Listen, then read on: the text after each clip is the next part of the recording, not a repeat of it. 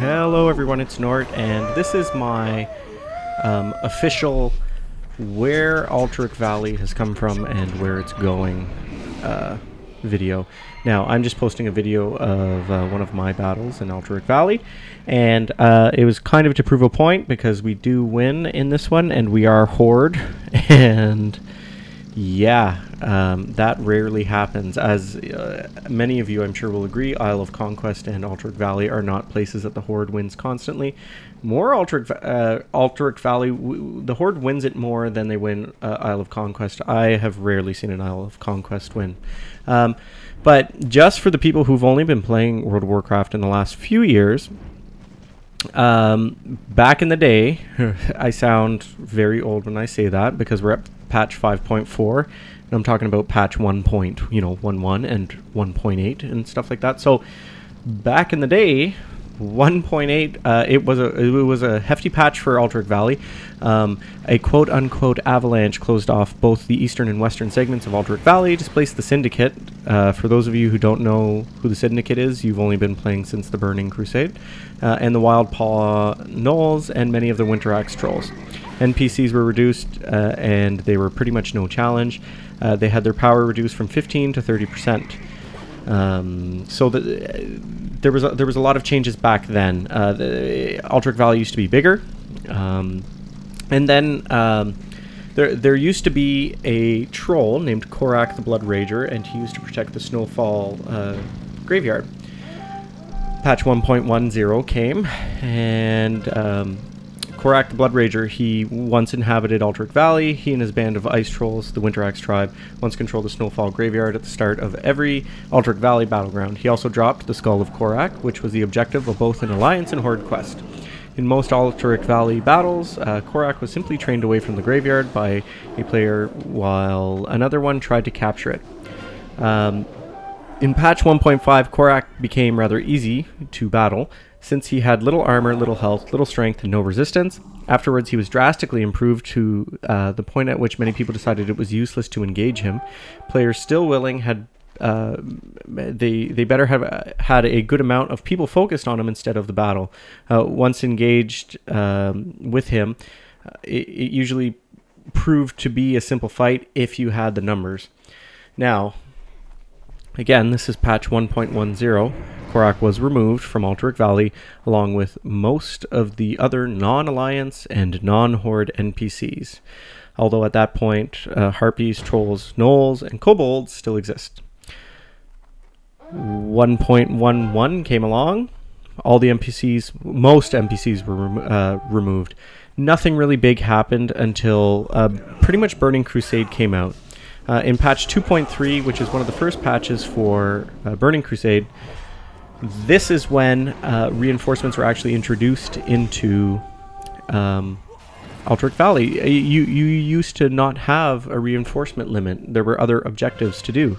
This is when it was added. Additional War Masters no longer report for duty upon destroying an enemy tower. However, destroying an enemy tower still eliminates the associated opposing War Master. So, again, back in my day, you used to destroy a tower and you'd get an extra War Master to help protect your main boss.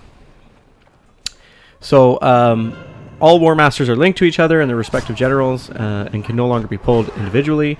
All commanders and lieutenants have left Alterac Valley in search for other battle opportunities. Again, this is patch 2.3. This was a couple years ago.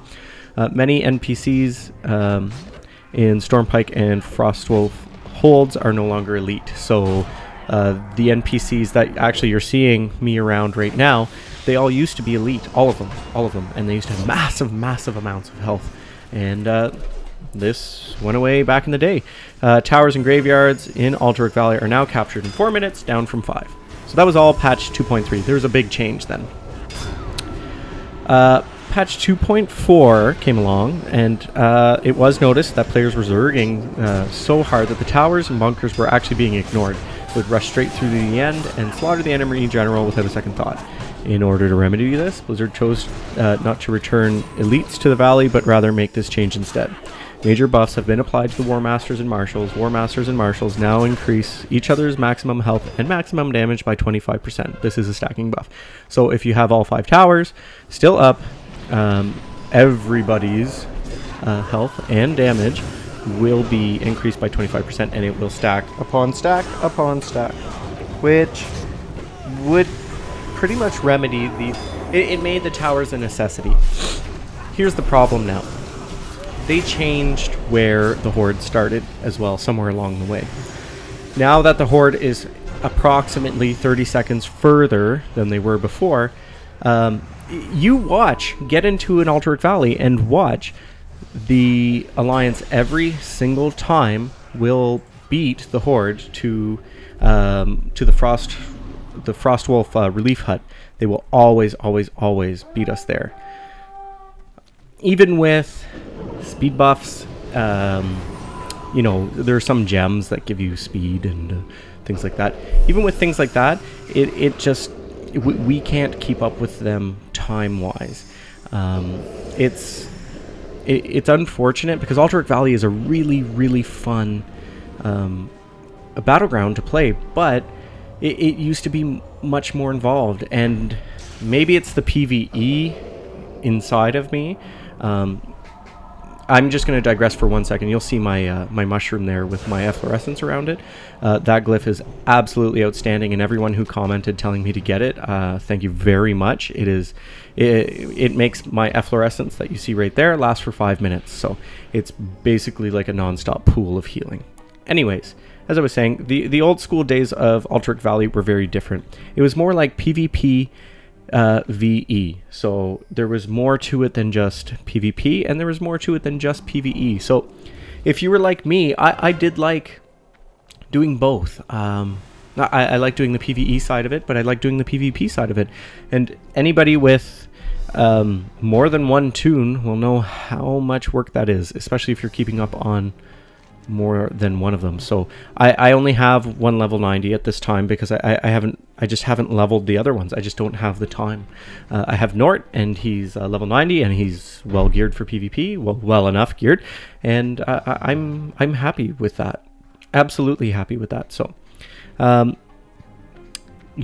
biggest mistake, in my opinion, with Alterac Valley that the Horde does is a mixture of things. It isn't just one thing that we rush in too fast or we don't defend enough. It's a mixture of the two. It's that we don't do enough of both at the same time. We're already at that disadvantage. I'm going to get killed right here. Holy cow, I just got hit for 248,000. And yeah, do I die? Really? I thought I died. So that's the biggest problem, is just that, you know, they already have an advantage, the Alliance. And I'm not complaining. I'm really not, because I've been in more than enough Alterac Valleys that I've won, including this one, that if it's done right, it can be done just fine. Isle of Conquest, that's a whole separate video. I will go into that another day. But I find this battleground now just terribly unbalanced, and just there were a lot more quests back in the day. There were a lot more things to do. I mean, how many of you watching this video right now even know how to summon the ice troll? Or what is it? It's not the ice troll, it's the ice elemental. Like, how many of you actually know how to do that? Because I think I do. I think you have to turn in enough blood to the quartermaster at our main base, and it's like, I've seen it summoned once, and I think it was literally 5 years ago. That's, you know, saying a lot. So there are things that have changed that don't make a difference anymore, because when both sides used to summon up an ice elemental, it used to be crazy. There'd be these massive fights in the middle, and the field of strife was actually useful, instead of now you get a silly achievement called the Sickly Gazelle when you kill someone in it while they're mounted. And I don't find it as fun anymore.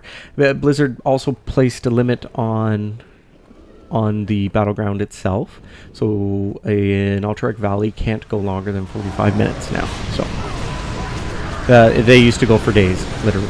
So we've already engaged Van, and yeah, this is pretty much. This is us winning, and now this was kind of a fluke. We had good defense in this one. If you look at the top, the reinforcements are both so low that both sides had all towers down, and we were just quick on the punch of killing their leader. I hope you guys enjoyed my video, and I hope for the people who do play WoW now that you have a little bit of insight of where Alterac Valley did come from. I do hope that you guys subscribe, like the video, comment in the comment section below, and add it to your favorites. All those things really help me out. I will have more content up later this week. Peace!